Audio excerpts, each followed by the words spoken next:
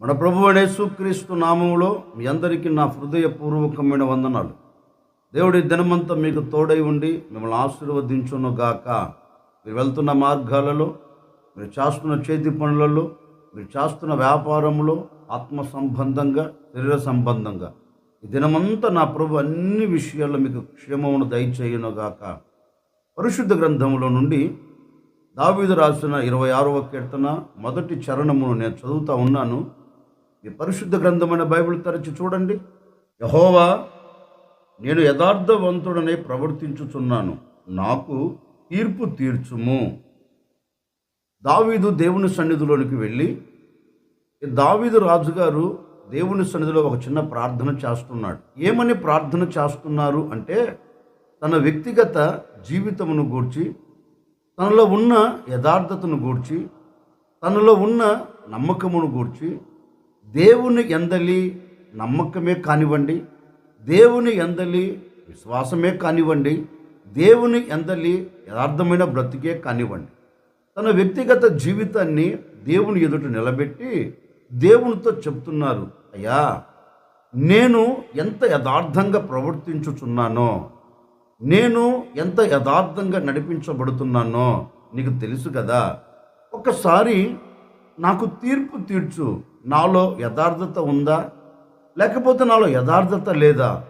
నాలో నమ్మకత్వం ఉందా, లేకపోతే నాలో అపనమ్మకం ఏమైనా ఉందా?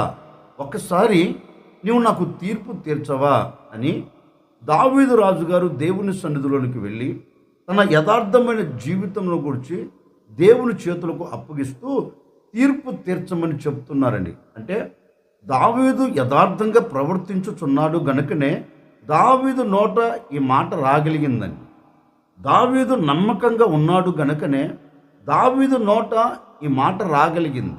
నిజమే, ఈ రోజున మనం దేవుని సన్నిధిలోనికి వచ్చి, నాలో యథార్థత ఉందయ్యా, నేను నమ్మకంగా బ్రతుకుతున్నాను అనే మాట మనం దేవునితో చెప్పలేమండి. ఎందుకంటే మన హృదయములో ఎక్కడో అపనమ్మకం, మన హృదయములో ఎక్కడో యథార్థత లేకుండా దేవునికి అవిధేయులుగా బ్రతుకుతున్నాం. యథార్థమైన జీవితం లేక మనము దేవునితో చెప్పలేము నేను యథార్థవంతుడను అని.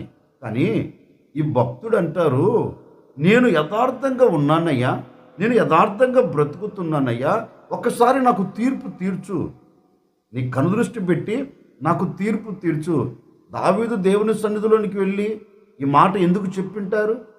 దావీదు దేవుని సన్నిధిలోనికి వెళ్ళి ఈ మాట దేవుణ్ణి ఎందుకు అడిగింటారు అంటే, దేవుడు ఎవరు అంటే మనిషి హృదయమును పరిశీలన చేయగలిగిన వాడు. మానవుని హృదయములో ఆలోచన పుట్టక తొలికే ఆయన మానవుని హృదయములో ఆలోచన ఎరగగలిగిన దేవుడు. అందుకే దావీదుకు తెలుసు, నా హృదయమును పరీక్షించగలిగిన దేవుడు ఉన్నారు, నా హృదయమును పరిశోధించగలిగిన దేవుడు ఉన్నారు, నా హృదయములో యథార్థమైన బ్రతుకు ఉందా, యథార్థమైన జీవితము లేదా, దాన్ని గమనించగలిగిన దేవుడు ఉన్నారు. మానవుడు నా హృదయాన్ని గమనించకపోవచ్చు, మనిషి నా హృదయమును గురించి తెలియకపోవచ్చు, కానీ నా హృదయములో ఆలోచన పుడుతున్న ఆలోచన ఎరగగలిగిన దేవుడు ఉన్నాడు అని దేవుని యొద్దకు వెళ్ళి దేవుని సన్నిధిలో అడుగుతున్నాడు.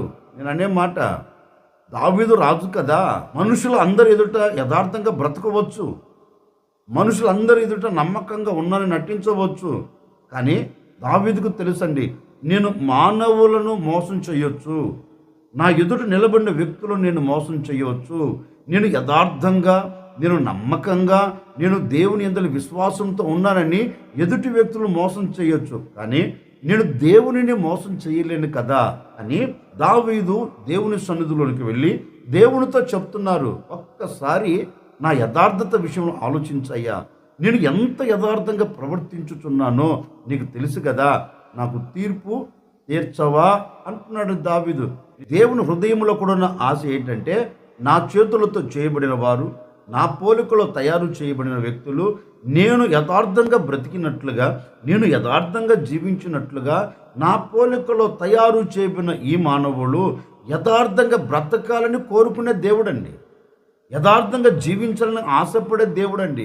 మరి ఆ యథార్థంగా బ్రతకాలి అని కోరుకున్న ఆ దేవుని సన్నిధిలో, ఆ దేవుని ఎదుట మనం యథార్థంగా ఉన్నామా, లేకపోతే యథార్థతను విడిచి మనం ప్రవర్తిస్తున్నామా? నమ్మకంగా ఉన్నామా, లేకపోతే అపనమ్మకమైన జీవితంతో మన మనుగడ ముందుకు తీసుకుని వెళుతున్నామా? ఒక్కసారి ఆలోచించాలండి.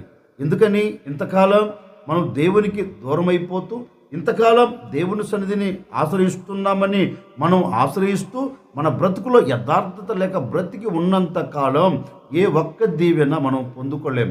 అందుకే దావీదు అంటారు, ఒక్కసారి నన్ను పరీక్షించయ్యా, నన్ను పరిశోధించు, నేను నీ సన్నిధిలో ఎంత యథార్థంగా ప్రవర్తించుచున్నానో నాకు తీర్పు తీర్చు అంటాడండి. నిజమే, ఒక వ్యక్తి దేవుని సన్నిధిలో యథార్థంగా ప్రవర్తిస్తే ఆ వ్యక్తికి ఏం కలుగుతుంది?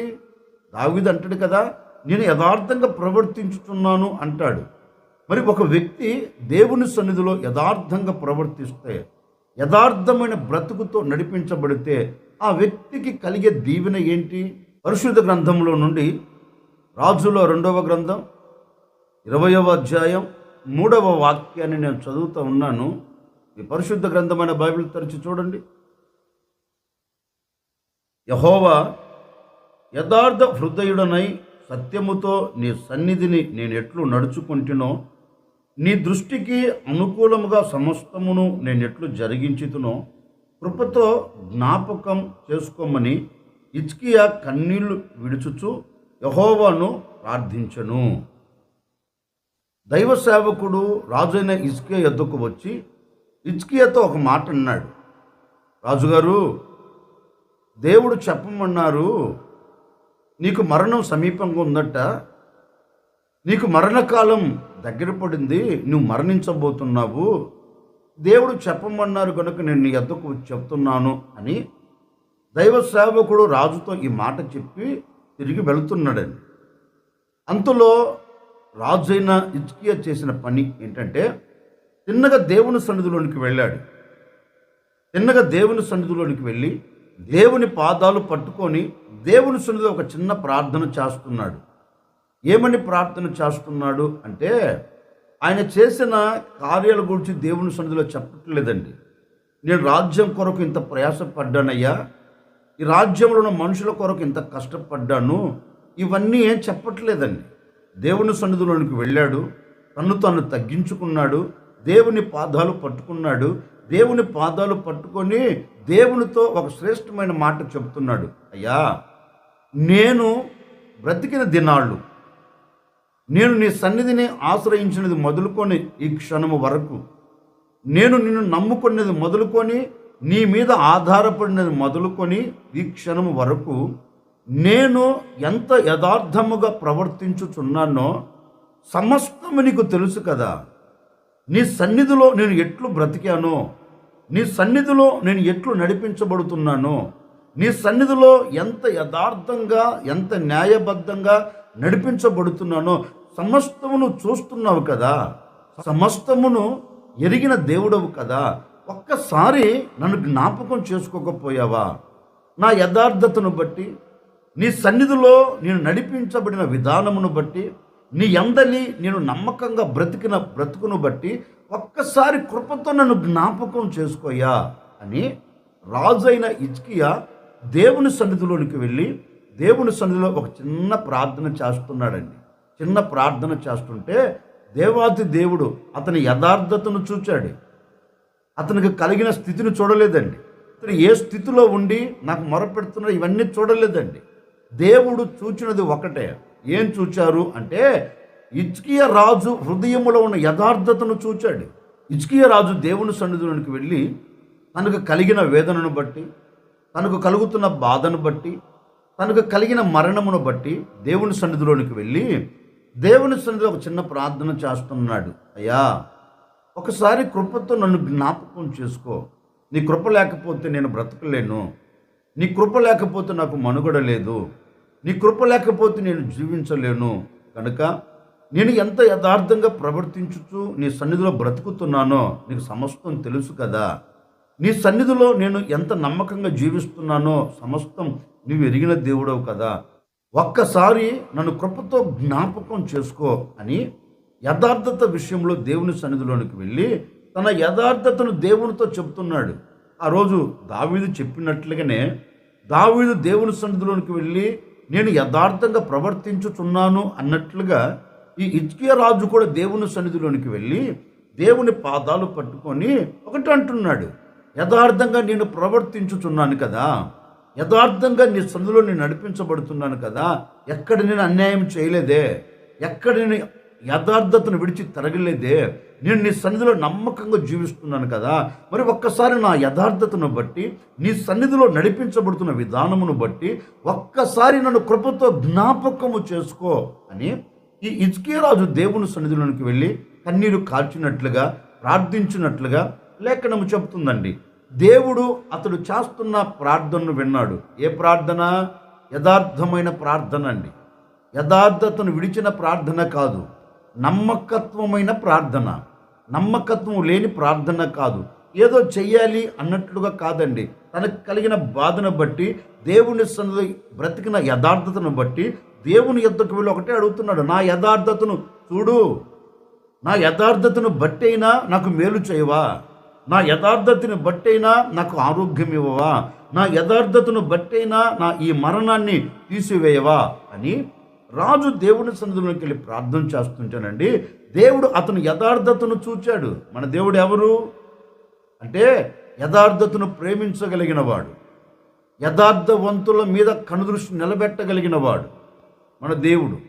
అందుకే అతని యథార్థతను చూచి అతని మీద తన మనసును నిలుపుకొని మరలా ఒక శ్రేష్టమైన వాక్కును పంపుతున్న రాజుగారి దగ్గరికి దైవ సేవకుడు, ఏ దైవ సేవకుడు అయితే చెప్పాడో అదే దైవ సేవకుడు మరల వచ్చి ఈ రాజుతో అంటున్నారు, రాజుగారు మీరు కంగారు పడవలసిన అక్కర్లేదండి, మీరు అధైర్యపడవలసిన అక్కర్లేదండి, మీరు కృంగిపోవలసిన అక్కర్లేదండి. ఎందుకంటే నీవు ఏ దేవుని సన్నిధిలోనికైతే నీ యథార్థతను బట్టి ఆ దేవుని సన్నిధిలోనికి వెళ్ళి నీ యథార్థమైన బ్రతుకును బట్టి దేవుని సన్నిధిలో ప్రార్థించావో నీ యథార్థతను బట్టి ఆయన నీ ప్రార్థన విన్నాడు. నీ నమ్మకత్వాన్ని బట్టి ఆయన నీ పరిస్థితిని చూచాడు. నీ యథార్థమైన జీవితంను బట్టి నువ్వు కారుస్తున్న ఆ కన్నీళ్లను ఆయన చూచాడు. చూచిన దేవుడు నీతో చెప్పమన్నారు అని ఈ దైవ సేవకుడు రాజుగారితో చెప్తున్నారు. భయపడవలసిన అక్కర్లేదు, నిశ్చయముగా ఆయన నీ ప్రార్థన అంగీకరించి ఉన్నాడు, ఆయన నీ కన్నీరు చూచి ఉన్నాడు, నీవు కన్నీళ్లు విడుచుట ఆయన చూచాడు, నీ ప్రార్థన ఆయన విన్నాడు, గనుక ఆయన తప్పక నిన్ను బాగు చేయబోతూ ఉన్నారు. ఆయన నిన్ను బాగు చేయబోతూ ఉన్నారు. నీ యథార్థతను బట్టి నీ మీద మోపబడిన మరణమును ఆయన కొట్టివేయబోతూ ఉన్నారు. ఆయన కొట్టివేసి ఉన్నారు. ఆయన నీతో చెప్పమన్నారు, నీ ప్రార్థన నేను విన్నాను అని, నీ కన్నీరు నేను చూచాను అని, నేను నిన్ను బాగు చేస్తాను అని ఆయన నీతో చెప్పమన్నారు. కనుక నువ్వు ధైర్యముగా ఉండు అని మరలా దైవ సేవకుడు వచ్చి రాజుగారితో చెప్పినట్లుగా లేఖనంలో చక్కగా రాయబడిందండి. నిజమే, ఈ రాజుగారు యథార్థంగా ప్రవర్తిస్తున్న ప్రవర్తనను బట్టి సాక్షాత్తుగా దేవుడు అతని యథార్థతను చూచి 15 సంవత్సరం ఆయుష్ని పొడిగించాడండి. అంటే అతని మీద మోపబడిన మరణాన్ని రద్దు చేశాడు.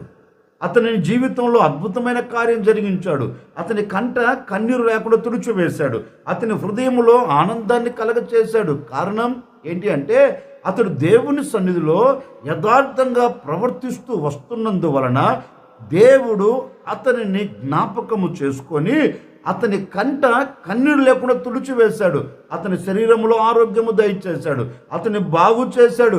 అతని దినాలను పొడిగించాడు.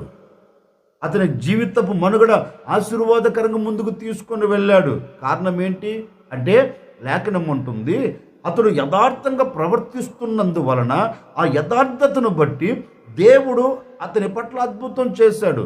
ఓ సేవకుడిగా ఈ ఉదయకాల సమయంలో నేను కూడా మీతో చెప్పాలి అనుకున్న నా దేవుని సందేశం ఏంటి అంటే, బహుశా ఈ క్షణం వరకు, ఈ నిమిషం వరకు, ఈ మాటలు వింటున్న ఈ క్షణం వరకు ఒకవేళ నీవు యథార్థమైన బ్రతుకు లేక యథార్థతను విడిచి నమ్మకమైన జీవితము లేకుండా అపనమ్మకమైన బ్రతుకుతో ఊగిసలాడుతున్నావేమో నాకు తెలియదండి. నీ కుటుంబంలో యథార్థత లేక, నీ సంఘములో యథార్థత లేక, నీ బ్రతుకులో యథార్థత లేక ఈనాటి వరకు సమస్తం నీకు దూరం అయిపోతూ కన్నీరు కారుస్తున్నావేమో. ఒక్కసారి ఆలోచించి ఈ దినము నీవు ఒక నిర్ణయం తీసుకొని నీవు దేవుని సన్నిధిలో యథార్థంగా నడిపించబడగలిగితే, నీవు దేవుని సన్నిధిలో యథార్థమైన వ్యక్తిగా నీవు ముందుకు సాగి వెళ్ళగలిగితే, నీ అపనమ్మకాన్ని తీసివేసుకొని నీ మనసు దేవుని మీద నిలుపుకొని నీవు దేవుని సన్నిధిలో యథార్థవంతుడిగా, నీవు దేవుని సన్నిధిలో యథార్థవంతురాలిగా నీవు అడుగులు వేయగలిగితే, ఈ క్షణం వరకు నువ్వు చూచిన కన్నీరు కావచ్చు, ఈ క్షణం వరకు నువ్వు చూచిన పరిస్థితులు కావచ్చు, ఈ క్షణం వరకు నువ్వు ఎదుర్కొంటున్న ఆటంకాలు కావచ్చు, ఈ క్షణం వరకు నువ్వు పడుతున్న ప్రయాసంలో కావచ్చు, ఏదైనా కావచ్చు. ఒకవేళ వేదన కలుగుతూ కన్నీళ్ళ మధ్యలో నీ జీవితపు మనుగడ సాగించుకుంటూ వెళుతున్నావేమో, నాకు తెలియదండి. ఈ ఉదయకాల సమయంలో ఒక సేవకుడిగా మీతో చెబుతున్నాను, యథార్థంగా నీవు దేవుని సన్నిధిలో ప్రవర్తించగలిగితే, యథార్థవంతుడిగా యథార్థవంతురాలిగా నీవు దేవుని సన్నిధిలో నిలబడగలిగితే, ఈ దినము నుండి నా ప్రభువు నీ మీద మోపబడిన ఆటంకాలన్నింటినీ కొట్టివేయబోతూ ఉన్నాడు, ఆటంకాలన్నింటినీ తీసివేయబోతూ ఉన్నాడు. నీవు సమాజంలో ఆశీర్వాదకరంగా నిలబడినట్లుగా, నీవు సమాజంలో దీవెనకరంగా మలచబడినట్లుగా, నీవు సమాజంలో దీవెనకు నాంది పలుకున్నట్లుగా, నీ కంట కన్నీరు లేకుండా, నీ మనసులో వేదన లేకుండా, నీ కుటుంబంలో అసమాధానం లేకుండా నా దేవుడు ఈ దినము ఒక అద్భుతమైన కార్యం జరిగించబోతూ ఉన్నాడు. ఈరోజు విశ్వసించి నీ హృదయంలో యథార్థతను కోరుకోగలిగితే, ఈరోజు విశ్వసించి నీవు దేవుని సన్నిధిలో యథార్థమైన ప్రవర్తనతో నువ్వు నడిపించబడగలిగితే, నిశ్చయముగా మాట ఇచ్చిన దేవుడు మాట తప్పకుండా నీ పట్ల కార్యం జరిగించబోతూ ఉన్నాడు. ఈ దినము మొదలుకొని ఆయన నీతో కూడా నిలిచి, నీతో కూడా నడిచి, నీతో కూడా ఉండి నీ కుటుంబాన్ని దీవెనకరంగా నా దేవుడు మార్చబోతూ ఉన్నారు. గనుక నీవు ఈ ఉదయకాల సమయంలో యథార్థమైన బ్రతుకుతో నడిపించబడాలని నీవు మనసారా కోరుకోగలిగితే, నీవు మనసారా ఆశపడగలిగితే, నిశ్చయముగా నా ప్రభు నీ యథార్థతను బట్టి నీకు ఆరోగ్యం దయచేయబోతూ ఉన్నాడు. నీ యథార్థతను బట్టి నీ కుటుంబానికి క్షేమం దయచేయబోతూ ఉన్నాడు. నీ యథార్థతను బట్టి నీ చేతి పన్ను ఆశీర్వదించబోతూ ఉన్నాడు. నీ యథార్థతను బట్టి నువ్వు చేస్తున్న ఉద్యోగంలో ప్రమోషన్ కలగ చేయబోతూ ఉన్నాడు. నీ యథార్థతను బట్టి నీ చదువుల రంగాల్లో నా దేవుడు జయములు కలగ చేయబోతూ ఉన్నాడు. నీ యథార్థతను బట్టి నా ప్రభు పరలోక పట్టణమును నీకు అప్పగించబోతూ ఉన్నాడు. గనుక నీవు ఇది మొదలుకొని యథార్థంగా నీవు దేవుని సన్నిధిలో ప్రవర్తించగలిగితే, నిశ్చయముగా శ్రేష్టమైన ప్రతి ఈవి నీవు పొందేదవుగాక మనసారా కోరుకుంటున్నానండి. ఈ దినము నుండి నువ్వు యథార్థమైన ప్రవర్తనతో నీవు ప్రవర్తించగలిగితే, యథార్థమైన మనసుతో నువ్వు నడిపించబడగలిగితే, నీకు క్షేమం కలగబోతుంది, నీకు ఆరోగ్యం కలగబోతుంది, నీకు నెమ్మది కలగబోతుంది, నీ కుటుంబంలో సమాధానం నిలిచి ఉండబోతుంది, ఆటంకాలు తొలగిపోతున్నాయి. ఆశీర్వాదకరమైన మార్గాలలో నా ప్రభు చెయ్యి పట్టుకొని మిమ్మల్ని అందరినీ నడిపించబోతూ ఉన్నాడు. ఈ దినమంతా నీవు యథార్థంగా బ్రతుకుదువుగాక. ఈ బ్రతుకు దినములన్నిట యథార్థమైన ప్రవర్తనతో నువ్వు సాగి వెళ్ళుదువుగాక. తలలు వంచండి. వచ్చిన ప్రార్థన. ఆశ్చర్యకరుడా మీకు స్తోత్రాలు చెల్లిస్తూ ఉన్నాము తండ్రి. మీరంతైనా సర్వశక్తి కలిగిన దేవుడు. గడిచిన దినాలన్నిట మీ సురక్షిత రెక్కల నీడలు మీరు మమ్మల్ని దాచి క్షేమమును మీరు కలగచేస్తూ వచ్చారు.